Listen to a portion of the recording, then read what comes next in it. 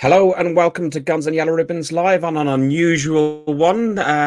Tonight we've called this impromptu Friday night, couple of beers talking about Arsenal.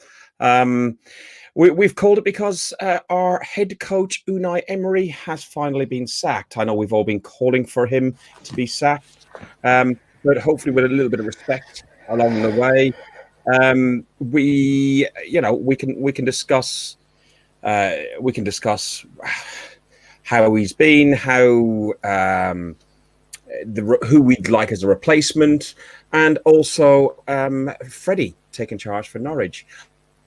I am joined today, firstly, by Richard. Richard, how are you? Not bad at all. I'm feeling a little bit better today after the news this morning. Yeah, you weren't really a fan, were you? We'll get into it, but you definitely weren't a fan, were you? No, I mean, I wouldn't necessarily. I mean, from a personal point of view, I had no problem with Emery. I think he's a nice guy. He just wasn't right for the club, and that's my issue. Has always been that with him. Okay. Well, we'll expand on that afterwards. And all the way from the North Bank with his brand new backdrop, we have got Johnny from the North Bank. Johnny, how are you? Much happier today. This was an impromptu call for this podcast. I know there's been a lot of people talking about stuff, and we've got a lot to talk about, including last night's game we'll touch on as well. Also joined all the way from the cathedral city of Canterbury, the man who has a half and half scarf in the background.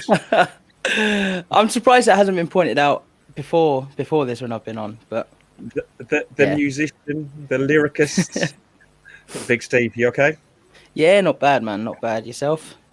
Yeah, mate, I don't even want to go into the day I've had today. I've spent most of it behind the wheel of a car, stuck looking at tail lights all day. So yeah, it's been one of those days.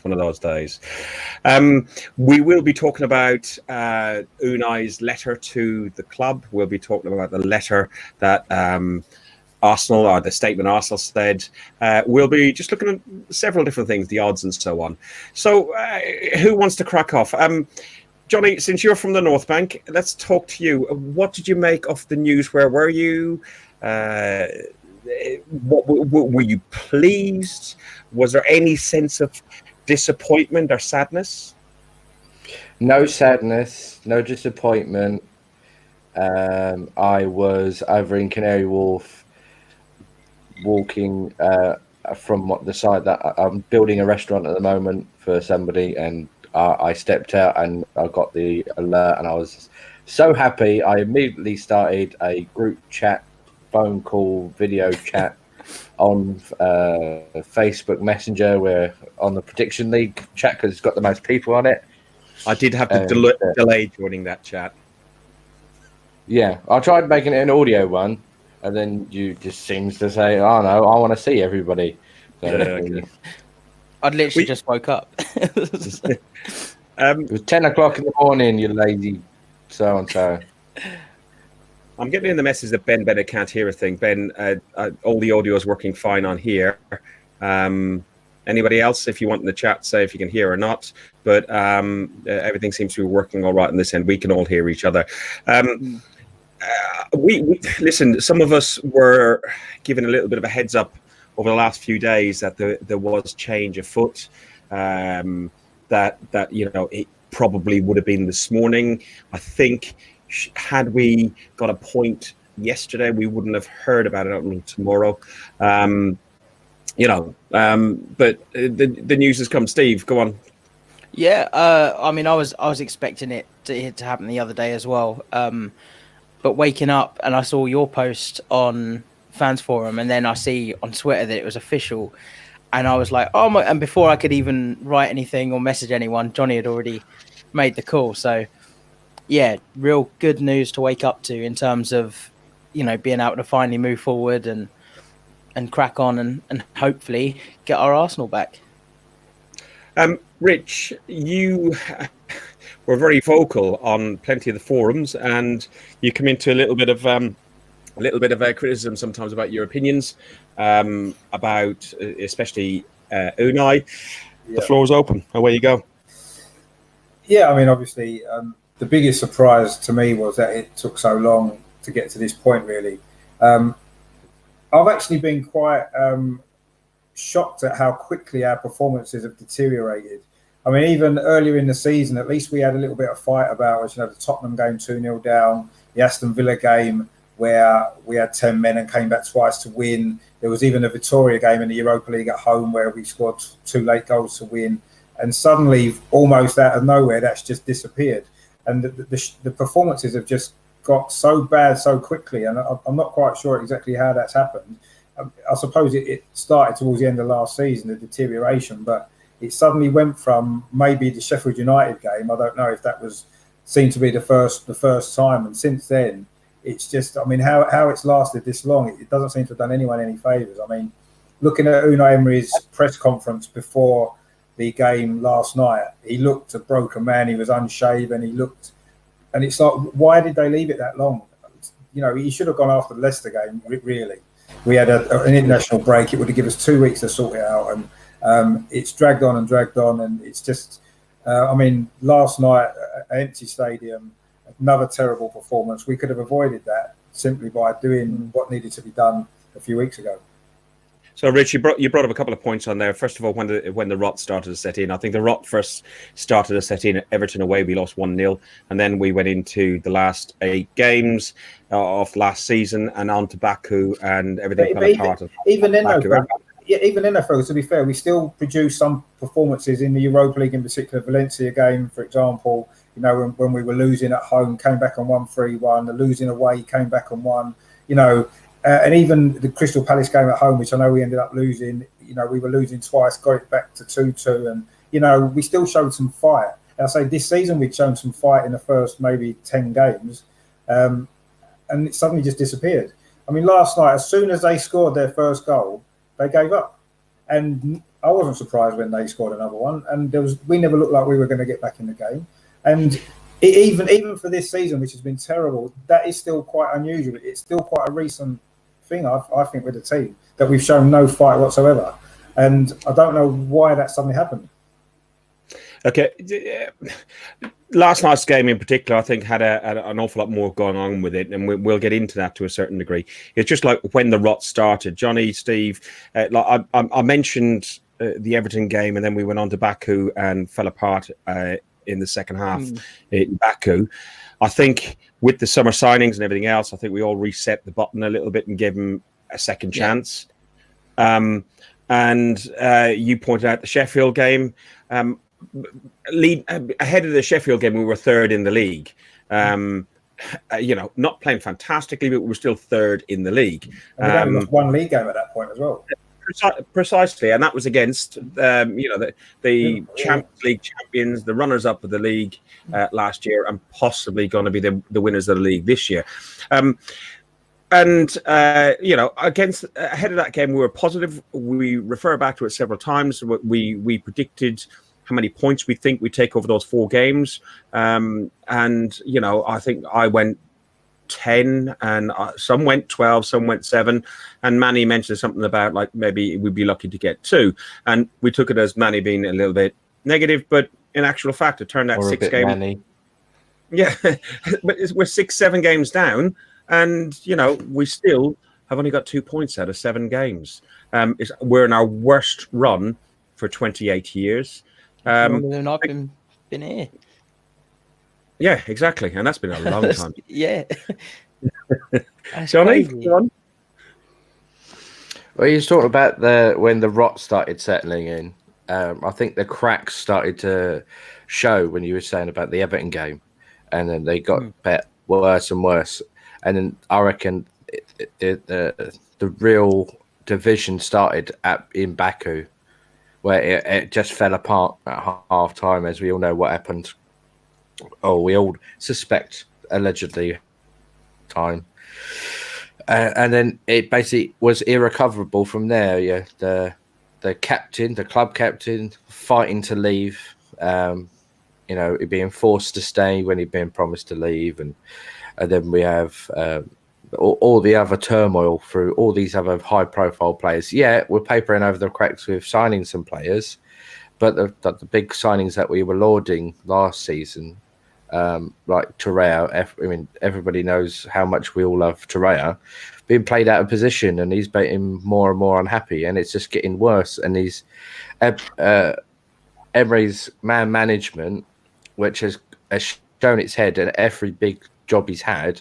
It happened at Sevilla, it's happened at PSG with Neymar and other big name players, and it happened here with Xhaka, Ozil, Koscielny. You know, who else do you think it might? I mean, Torreira is pissed him off as well. So it's just got worse since Baku has been where the straw that broke the camel's back, and the Cronkies just haven't had the balls to get the shotgun out like the Americans like to do and put the camel down. Steve, anything to add on there? Yeah, I just think, I mean, everyone's pretty much covered it, but I think the biggest problem was obviously hearing about the player unrest after the final. I think making so many changes towards the back end of last season would have started to annoy the players. You know, they've come out of that run of games where we went unbeaten for so long, had a few injuries, key players out, but then as soon as everyone was back, you know, as we say, we went up to Everton and to Leicester, both not the easiest places to go away, and we make 6-7 changes. We have a midfield of El Neni and Guendouzi, who at the time is not anywhere near the same player that he is this season. And I think obviously key players, important players, I know football's a squad game, but they would have been annoyed that they've lost their place for important games and then we've not got the result. And had we gone there and got the result, I think they would have been okay. But then carry it on. We still, you know, as Richard said, we showed a bit of fight in the Europa League, got to the final and then capitulated. And then the beginning of this season, we started well, made some changes, had a couple of fight backs, but then changes every single game. And I think players were getting fed up, players being played out of position. And then it's got worse and worse. For me, I'd say the Watford game was absolutely key. That was the the Watford game this season. I mean, up until the last few weeks, worst performance I'd seen in a long while, probably the last couple of seasons. And then, Leicester away, he should have gone then going in the international break, I think. For me, he should have gone after the Victoria, if not before, but after the Victoria game, for us to play a game and get our first shot on goal being a goal by Mustafi, of all people, from that piece on the 80th minute, just shows that he from a team under Wenger, and I don't want to bring like the Wenger sort of stuff in too much, but for a team that under Wenger had so much options and choices in the midfield, and it was hard to try and fit them all in, we now seem to have a team that you couldn't find a midfielder that could supply any creativity or anything to our forward line, and hence why Lacazette and why Aubameyang, including Pepe, who should have played last night, are totally fed up. The 22 unbeaten game, the 22 games unbeaten is his claim to fame to a certain degree, and getting to Europa League final. 22 games against some really, really minor opposition, scraping through some results. The Crystal Palace at home last season. You mentioned Leicester last season, and I mentioned Everton, but Crystal Palace at home was the final nail. I think in our. From my point of view, I started to believe that Emery wasn't the right man when we played Liverpool away last season. The way that we capitulated there, conceded 4 goals in about 10 minutes, whatever it was, after we'd taken the lead, that convinced me then that he probably wasn't going to be the right man for us. I mean, that came in the middle of that poor run we had either side of Christmas, where the unbeaten run ended and we sort of fell apart for a while. And that sort of Liverpool game came in the middle of that. And just the way that we fell apart that day, kind of that was to me when I first started to really doubt Emery's ability to take us forward, because that was a similar performance that we'd produced with Arsene Wenger at Liverpool in previous seasons, and not only Liverpool but other places as well. And that showed me that we hadn't improved at all. He wasn't improving the team.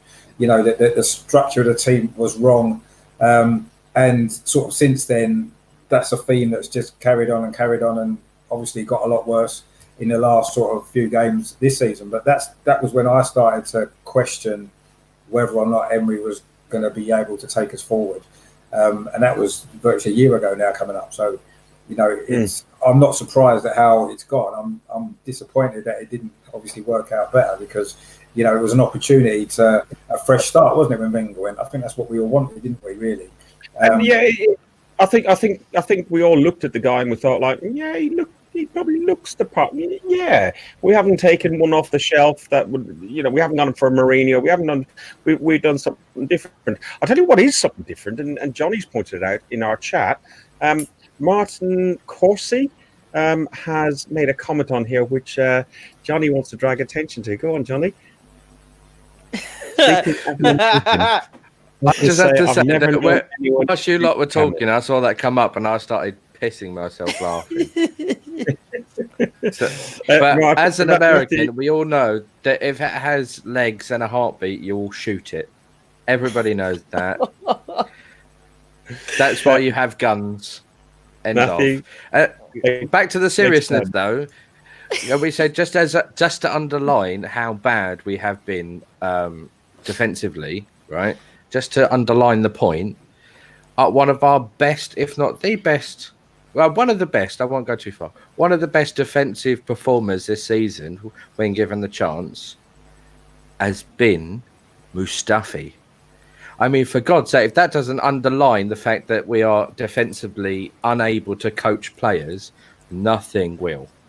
The other point, can I just butt in then, are two, that I can't remember, it was in the Europa League, wasn't it? But Mustafi had a very, very good game and we got a clean sheet. Who was he paired with? Wasn't Luiz. Newcastle away, another solid defensive performance. Chambers and Socrates. Probably the best defensive performance I've seen, even more so than the Europa League, because Newcastle were coming at us hard. But coincidentally, no Luiz in the team.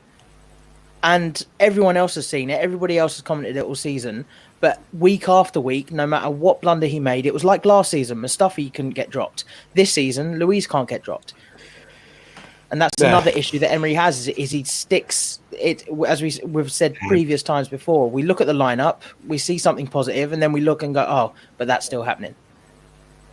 And that's been where's the ruthlessness come from last season when he first started?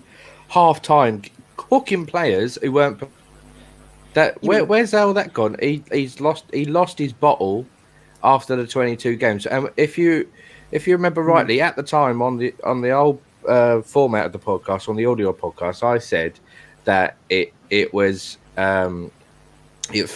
flattered to deceive. It was not a true reflection of how we were playing. We was winning games that we had no right to win, and it was leading us into a sense of false hope, and that's where the little seedling of doubt started, and then the cracks started to form the more we got into the season, and then the players were starting to realise, actually, this geezer is not right for the club. I will stop short of throwing names around or whatever. Who's more responsible? Is Emery? Obviously, Emery's responsible for what's on the pitch. You've got the people. Ivan Gazidis employed the guy. And then you've got Josh and Stan Kroenke as the board. Ultimately, they've got the answer to this. And, We Care put a statement out a couple of weeks ago. We Care challenged them in the summer. Josh came out and gave a statement that be excited. Surely Josh has to come out and clarify his position. I know the club have done a glowing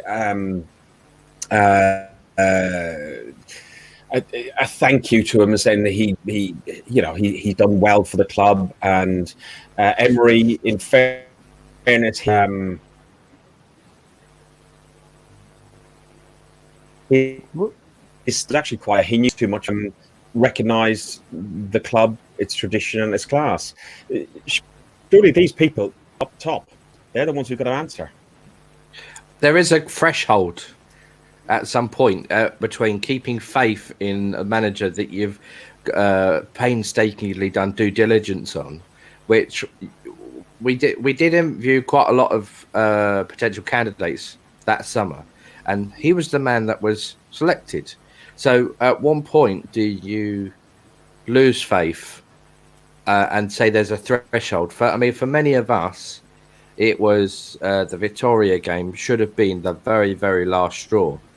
He could have gone at any point after the Sheffield United game, in my opinion, because anybody who would listen or read any of my comments or anything will agree that I said, no, we've got to back the manager.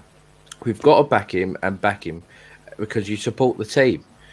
But it just got worse and worse and worse. I mean, I was in Twitter jail and Facebook jail for telling a bloke who held up the Emery out sign first, I think before the Sheffield United game, that if I saw him in the North Bank with it, I'd give him a slap. And I end up in Facebook jail. Yeah. But now he's justified in bringing a sign. But I still think that, at that point, we should still have been backing the manager. He's not justified in bringing a sign. He's not justified in bringing a sign at all. Gary Ward asks, do you boys seriously trust Stan and Josh to make the right decision with the next appointment? Richard? Probably not, if I'm honest. I mean, my actual feeling is that Freddie's going to keep the job till the end of the season at least. And I think that's what's going to happen. I think that's what the plan is now.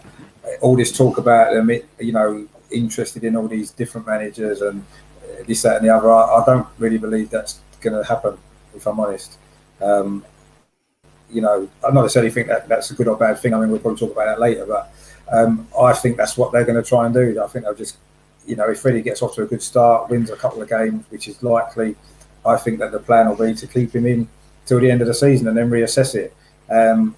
And whether that's, I say, the right decision for the club or not, I'm not sure, but that's what I think. And I don't really trust them to get it right, if I'm honest. It's just going to be probably a case of, I think they'll go for the cheapest option that they can find. I mean, we've got a Europa League manager in Emery in the first place to try to become a Champions League club. If we're serious about becoming a Champions League club, we have to get in now a Champions League manager, or a manager who's capable of getting us back to the Champions League. And that's what we need to, and obviously beyond that, and building something for the future, And I don't think they've got the ambition to do that, but hopefully they'll prove me wrong. But I don't trust them, no. I don't think it's them that's going to make the decision to hire. It's going to be the football executive, or whatever the hell they're called. They've still got to agree the decision. They've got to agree the contract. Yeah, they've still got to have a say. Yeah. They'll have a say. They'll have final say. But at the end of the day, they've employed people who know better about the sport and have more experience, so-called, than they do. I mean, I run building sites, and I have people who work for me of skill sets I have no clue. I mean, I don't know plumbing, because I have more than 2 brain cells and I'm an electrician instead. So if it comes to plumbing, I'll just say, is that correct? And if they say yes, then I have to trust that they're skilled enough to know what they're doing. But when it comes to same thing in football, they've got to know that they've employed the right people in the first place to make the right choice. No, I agree, but it's still the money, isn't it? At the end of the day, if it's going to cost them what they believe too much money for the right manager, are they going to agree to that? I don't think they will. And if they can get a cheaper option, that's probably what they'll go for. And at the end of the day, though, Rich, as much as we love the club and we support the club, it is a business. And you know what? So you're not employing the best people. If you're in a business and you want to succeed, you employ the best people to do the job. Regardless of if it costs you a bit more, that's a price worth paying for the success it's going to bring. You employ the best people you can within the budgets and restrictions you've got. Whatever Arsenal. we do. We're Arsenal. We shouldn't have to worry about that. We should be able to get the best person that we don't have oil fields in Saudi Arabia. We don't have oil fields in Siberia. So everything we've created, everything we've got, we've created. I am not for 1 second making excuses for the board, and but when you're dealing with petrodollars and pounds, it's on a different level. But I was going to segue into there onto the Frankfurt game and talking about the PLC at Arsenal to a certain degree. We were commanded to not allow any Frankfurt fans in the stadium, and we left the area empty. I put a little clip where I was very annoyed after the game, both on Arsenal Fans Forum and Guns and Yellow Ribbons. So the away end was empty. I put the video clip up, and a lot of the seats were empty. It's Europa League. It's a Thursday night. It's cold. A lot of season ticket holders aren't hugely interested in the Europa League and normally would sell their tickets and transfer them to Red members. Red members would buy the seats off ticket transfer and so on. But they were stopped doing that. No German fans were allowed in. Any German fans who walk into the ground, their ticket will be seized. And if it was my season ticket, Johnny's season ticket, or somebody's red or silver membership, you would be banned and never got it back again, and your money's lost. Yet again, 200 or 300 seats. There were some seats at the back of the. I thought it was Ashburton Army actually at the back of the clock end with a drum that were there, but there was 200 or 300 in the Platinum Ring, the club circle, and when that second goal went in, they celebrated and they started singing. I was so annoyed, absolutely so annoyed, because I can guarantee some PLC, some corporate, some accountants, some lawyers, something or another, will they have their tickets taken off the Arsenal? Of course not. I don't think balls. It's awful. Awful. What did we think of the performance last night? Briefly, We're not allowed to swear. No, The The only way to describe it is with swear words. well then It was that bad. It was dreadful. I mean, to be fair, I thought in the first half, I actually thought we could have been 4-0 up, couldn't we? We hadn't played particularly well. Their goalkeeper made 2 or 3 good saves, and we got the goal. And you're thinking, well, okay, it's not great, but we're winning, and we were the dominant team. And again, at the start of the second half, we nearly scored again. Was it Willock who had a chance? Willock and a ball, didn't they? Yeah, And then Got in each other's way. And as soon as they scored, then the old problems, well, the problems that's been building up over the last few games just came back again, and we just completely showed nothing at all. No fight or desire to get back in the game. And I knew as soon as they equalised that we would lose because we just showed nothing at all. And when the second goal went in, I just wasn't even surprised. It just summed up to me, that second goal there summed up Emery's reign, unfortunately. A team that just doesn't really know what they're doing, gives up and just shows no fight for the team, unfortunately. And that sort of summed it up in that kind of 10 minutes, really. I couldn't believe how Steve, hang on one second, Steve. You follow a lot of the younger players, and you followed them over quite a while. And looking at last night's game, for me, it was the younger players that shone more than anything else. That's what I was going to say. Willock, Saka, and Martinelli. I thought they were fantastic, and that was the positives I took out of it. I'll leave it open to you. Yeah, I mean, I was out. I was busy, so I was rehearsing, so I didn't get to see the game. But I saw some extended highlights this morning, and I thought Saka looked very lively, getting taken on defenders, getting the ball in. Martinelli exactly the same on the other side. Willock seemed to be driving forward at every opportunity, and I see that he took Martinelli off. To be fair, I from what I saw on the highlights, Xhaka before he went down with a knock looked as if he was playing okay. I can't comment because I didn't see the 90 minutes, but first half it seemed that we were going for it, but what do you make of Xhaka overall? What do you make of Xhaka overall? John Walsh is asking. Xhaka or Saka? Saka. Yeah. I like him. I mean, he's a proven goal scorer under 18s. Doesn't always transfer into the first team. But he's lively. He likes to take defenders on. And the thing that I think he's got over a player like Iwobi, who I'll compare him to because he's playing in the same position. I think he's better with his end product. Generally, it looks like. But he doesn't have that physical side of his game. which Iwobi, even as a 17, 18-year-old coming into the first team, had. I like Saka. I don't He's think got more pace. He's got more pace than Iwobi ever he's had. got more pace, and he's got a better end product. I don't think he should have got the run in the team that he did have. I think, play him a couple of times and then take him up because after 3 or 4 games when he wasn't delivering, he just looked void of all confidence. Like a lot of the players that were being played this season under Emery have done. But Martinelli is promising. I think Freddie's going to get a lot out of him. I think he's going to get a lot out of Saka. I wouldn't be surprised if we see more of Nelson now. If Eddie comes back in Jan, which big rumours are, I don't know whether now that Freddie's at the helm, whether he will stay within the squad or whether he'll get loaned out to Bristol City. But all I can say was, judging even by last night and the last couple of weeks, the good performances have been coming from the younger players. So under Freddie, we can, hopefully have something to look forward to. That's quite a good segue, because the next thing on my list was Freddie Ljungberg has been appointed as caretaker manager. I think we're like professionals.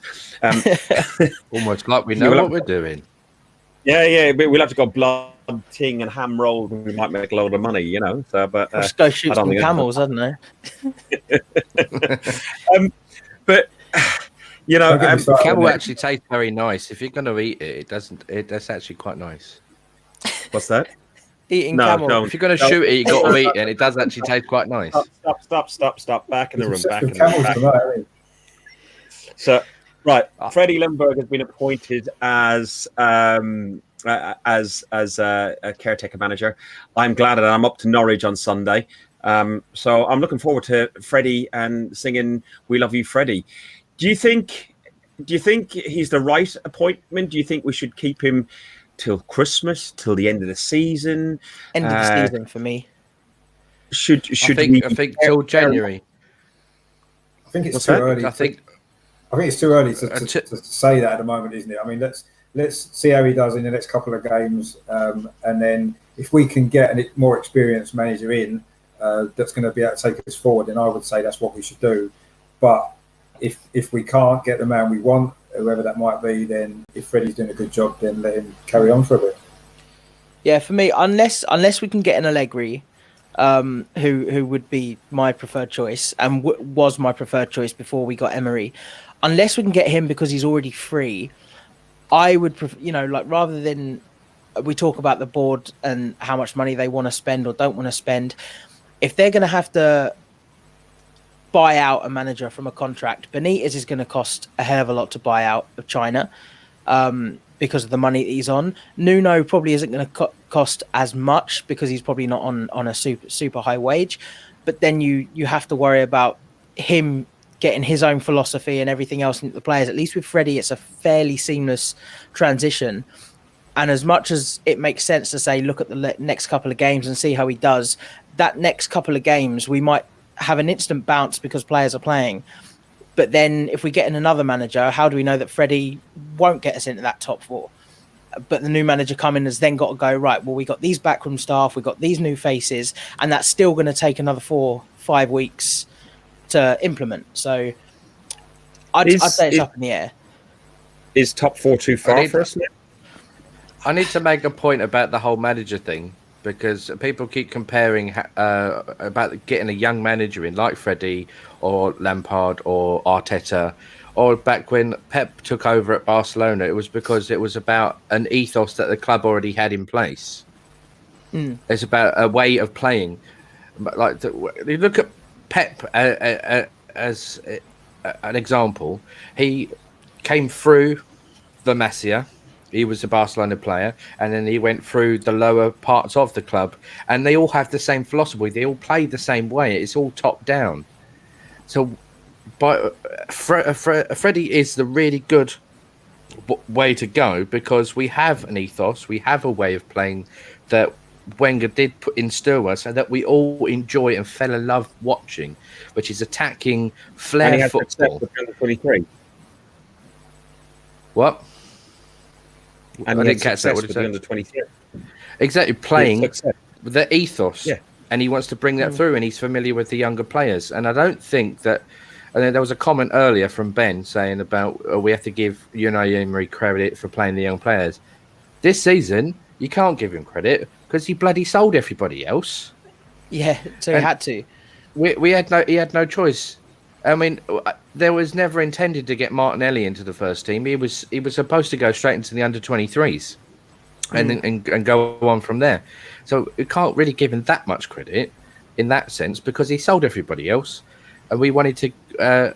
We've got players coming through, and we've got Saliba to come at the end of the season as well. So we do have players, but we need to have the ethos. We need to have an ideal to stick to, and stick to the way that we want to see Arsenal play. Because if we would have got Maureen from up the road, we would have been parking the bus and not playing the way we won't be the Arsenal anymore. In the sense that we wouldn't be playing.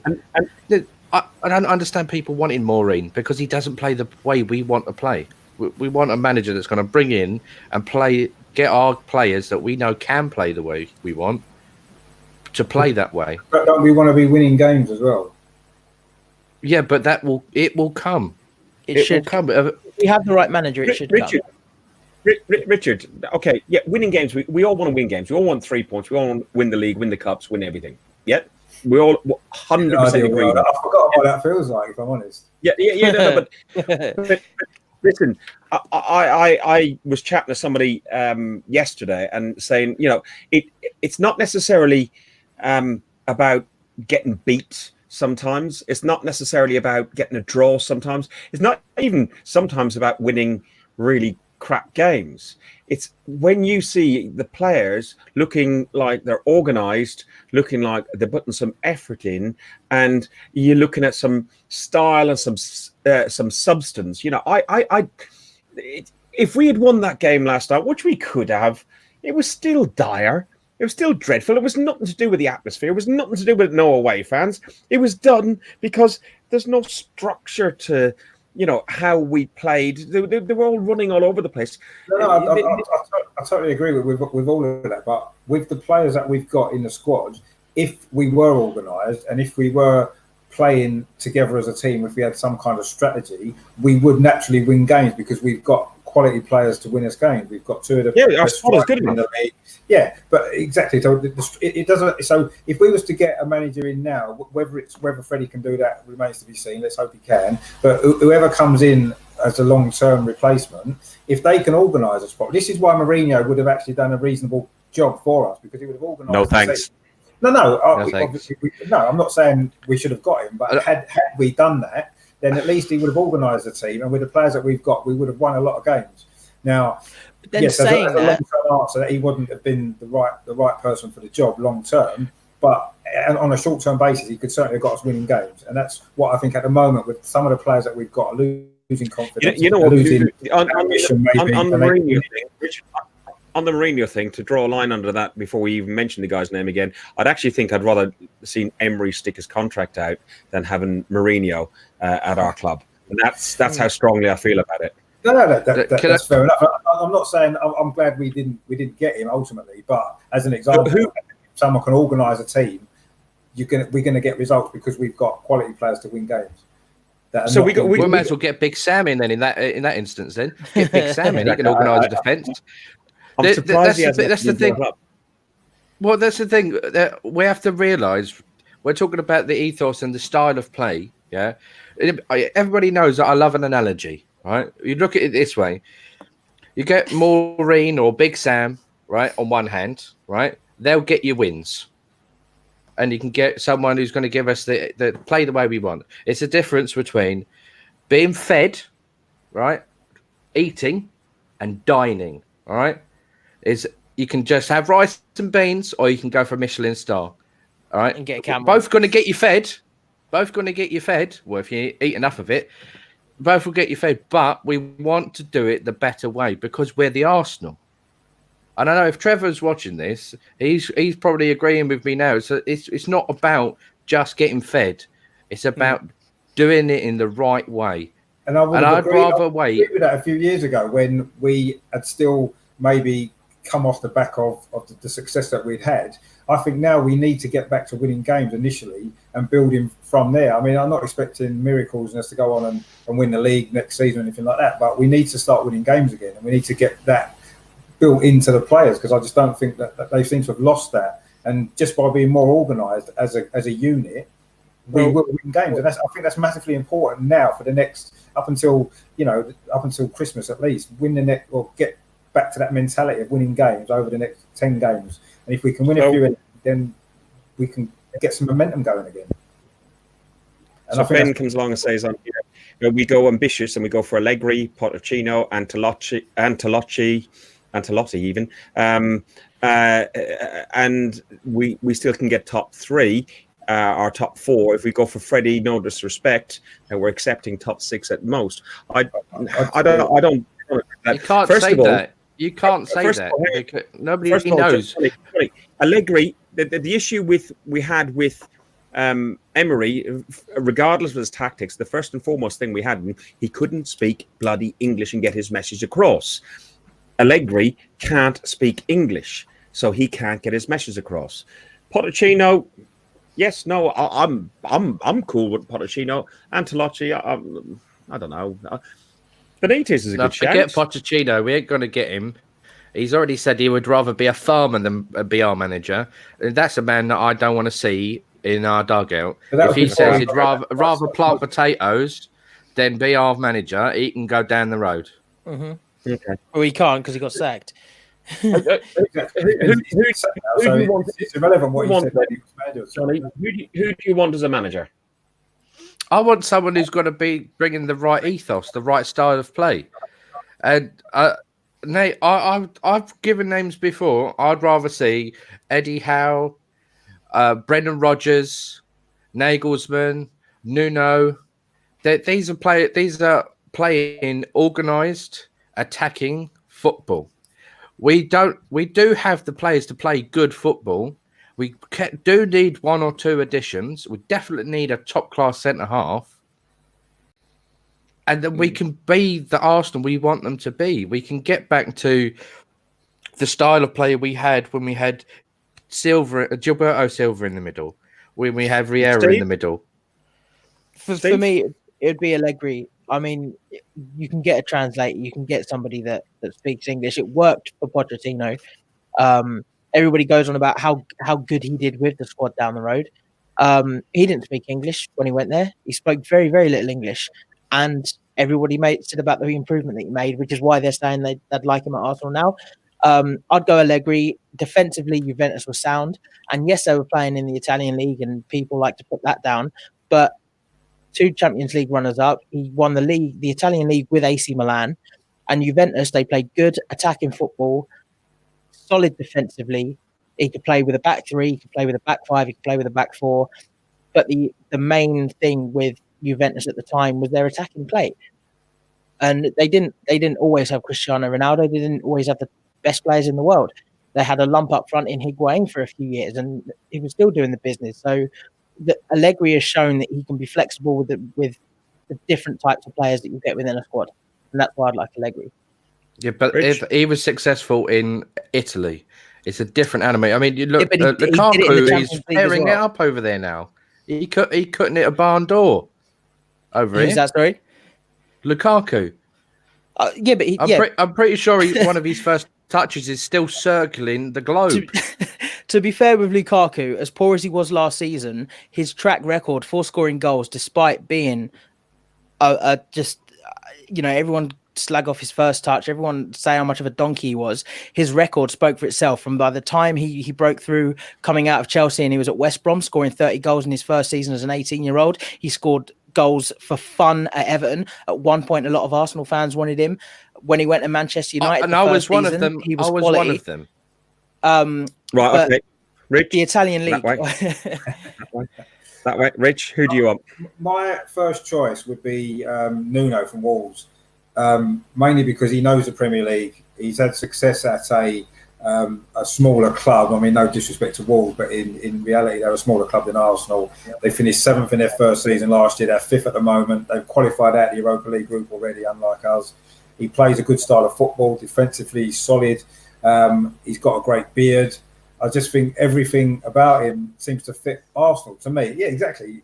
You can't beat a good beard. So, but I just feel he's the right fit for Arsenal actually, just with his style of play, and also as well. He I think with the players that we've got, he could get a lot more out of them.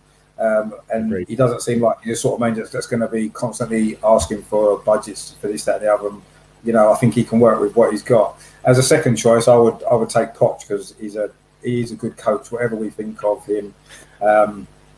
His former club where he was, but he's a good coach, and I think he'd improve us as well. And he knows the Premier League. And he's good at working with young players. So one of those two, I would be over the moon with. If we keep Freddie, I wouldn't be against that particularly. I think he's got a good opportunity. He's got a good start actually, because on Sunday he's in a win-win situation, isn't he? Because it's a game potentially we should win, and if we play well and win, he can get all the credit for how brilliant he's turned it around. If we don't play well and lose, he can say, well, I've only been here for 2 days doing this job, so it's not my fault. Give me a bit, let's see how we go in the next couple of games. So if we keep Freddie, that's fine as well. So that would be my top 3. Nuno 1, Pochettino 2, and Freddie Ljungberg 3. And anyone else, sure. I want to dismiss, really. John Lord Walsh, because he's like Bentner, he's a lord.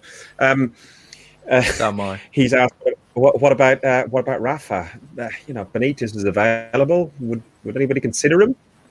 Isn't the Chinese league finished for their season now? Yeah, he's finished. He's had his £12 million for like about 4 months' work. He's done quite well with a dreadful Newcastle.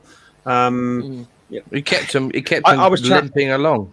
But the thing is, though, if we're talking about Allegri and people like that who don't speak English, we may as well go for a tactically brilliant guy who doesn't speak English now.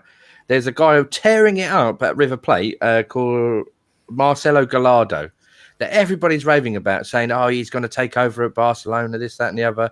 He is absolutely doing fantastic things tactically over there. But that's what I'm saying. If we're going to take Allegri who doesn't speak English, if we're going to take another, we still have the same communication problems, then we may as well swing for the fence and go for someone who's really going to change things up and play the way we want to play. Thing is, also it's tactically going to be a breath of fresh air. Yeah, but listen, I think we need someone who knows English. Yeah. I agree with you, Richard. That's why I'm saying Brendan Rodgers, Eddie Howe, or Nuno. I mean, they know the league inside out. Brendan Rodgers is the top of my list, absolute top of the list. Just on realistically, that's all. I mean, I think he'd do a good job, but why would he leave Leicester at this moment in time? Sitting second, third in the league, playing really well. Why would he leave that project that he's only been in for 9 months?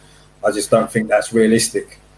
To spend some of those American oil / Walmart dollars that they've got tucked away under their mattresses that after killing all the camels, come and throw some money at him. He's already shown that he's a bit of a mercenary. He was just about to do a complete historic thing at Celtic, and he left 2/3 way through the season.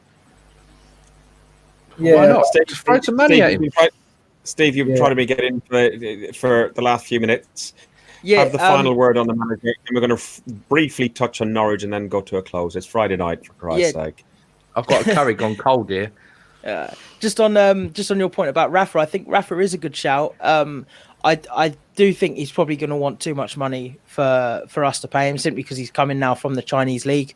But yeah, another shout, which Nuno Santos is a good shout.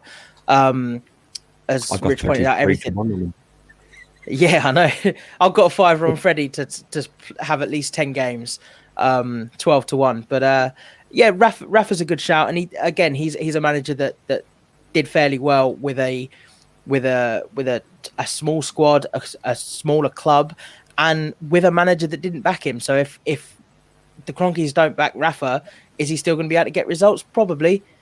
So yeah, another good shout. I think to be fair to, Rafa, Newcastle didn't win a game until about November last season, and I know he kept them up, but they're actually doing better now with Steve Bruce. So I'm not really sure Rafa is the right man for us. I'm sorry. Okay. I think Rafa could do a job to the end, get him. I reckon he wouldn't want the £12 million. I reckon he'd come back for the same money Emery was on, and he would walk over broken glass to work with people like Aubameyang, Lacazette, and people like that. He would love to work with Ozil, and Pepe, and want to actually make the most of the players we've got. I reckon those are the best players he's going to have worked with for quite a few years. I mean, they're better players than anything they've got in Newcastle, anything that he's been working with in China. I mean, he's got Yannick Carrasco, who is basically a backup of a backup of a backup of if in case we didn't get Pepe. He's a Tesco value Eden Hazard. Carrasco. No, I think he's more Waitrose essentials. When you get the cans of artichoke parts.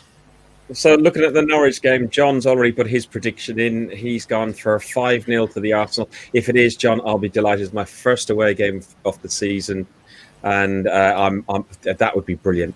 And Dave, Jonah Hurl, unfortunately, is travelling, but he's driving, so I'm having a couple of swift ones along the way. Boys, you've got to go to Olives when you go to Norwich. You've got to go to Olives, for the best fry up in the southeast. Nah, I'll already have that on the way. I'm going to the waterfront before the game, and then leaving straight afterwards. I'm not staying after the game, but yeah. Steve, prediction on the Norwich game? 3-1. Okay, Johnny. My official prediction league prediction won't come until I see the lineup. No. I'm out of that league, by the way. You're changing the rules. I'm not changing the rules. I'm the administrator. No. Right. So I think that it's going to be a bit tight, and I'm going to go 3-2 to Arsenal. Okay, Rich. Yesterday, I would have said 2-1 to Norwich, but with the new kind of change, I think we'll win.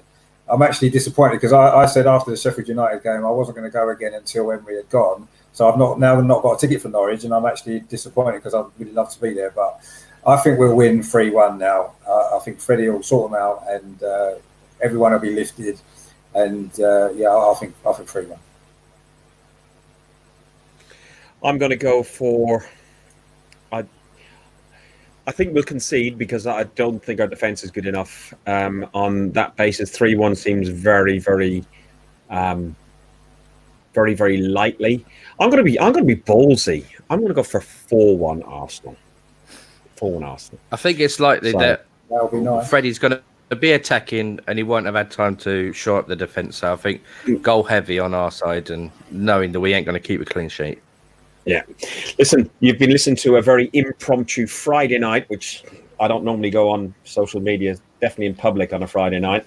But because I was stuck in so much London traffic, I haven't been to the pub yet. So you have been listening to Guns and Yellow Ribbons, an Arsenal podcast by Arsenal fans for Arsenal fans. Richard, thank you very much for joining us at short notice. Johnny, thanks very much for suggesting we do it because it was a good idea. And Steve, as always, thank you for your half and half scarves. Right. Remember, if you want to follow us, we're on YouTube. If you're watching on YouTube, and we have got a few watching on YouTube right now, click the bell. You get a reminder when we come on again. On Facebook, we'll always pop up a few hours beforehand when we're going to go live, and then you can get a reminder. If you do like us, review, share, tell your mates about it. We're just normal Arsenal fans. We're not doing this. We're not Arsenal Fans TV. We're not any other sort of platform. We're just normal lads who go to the football or support the football from wherever we are in the country and sometimes in the world, because we have people from all over the world who join us here. That's it. Have a great weekend. Enjoy Norwich and up the arse. Up the arse. This takes a long time. You click the end thing and it just doesn't go end straight away. It lets you waffle on ages. Oh, don't do that.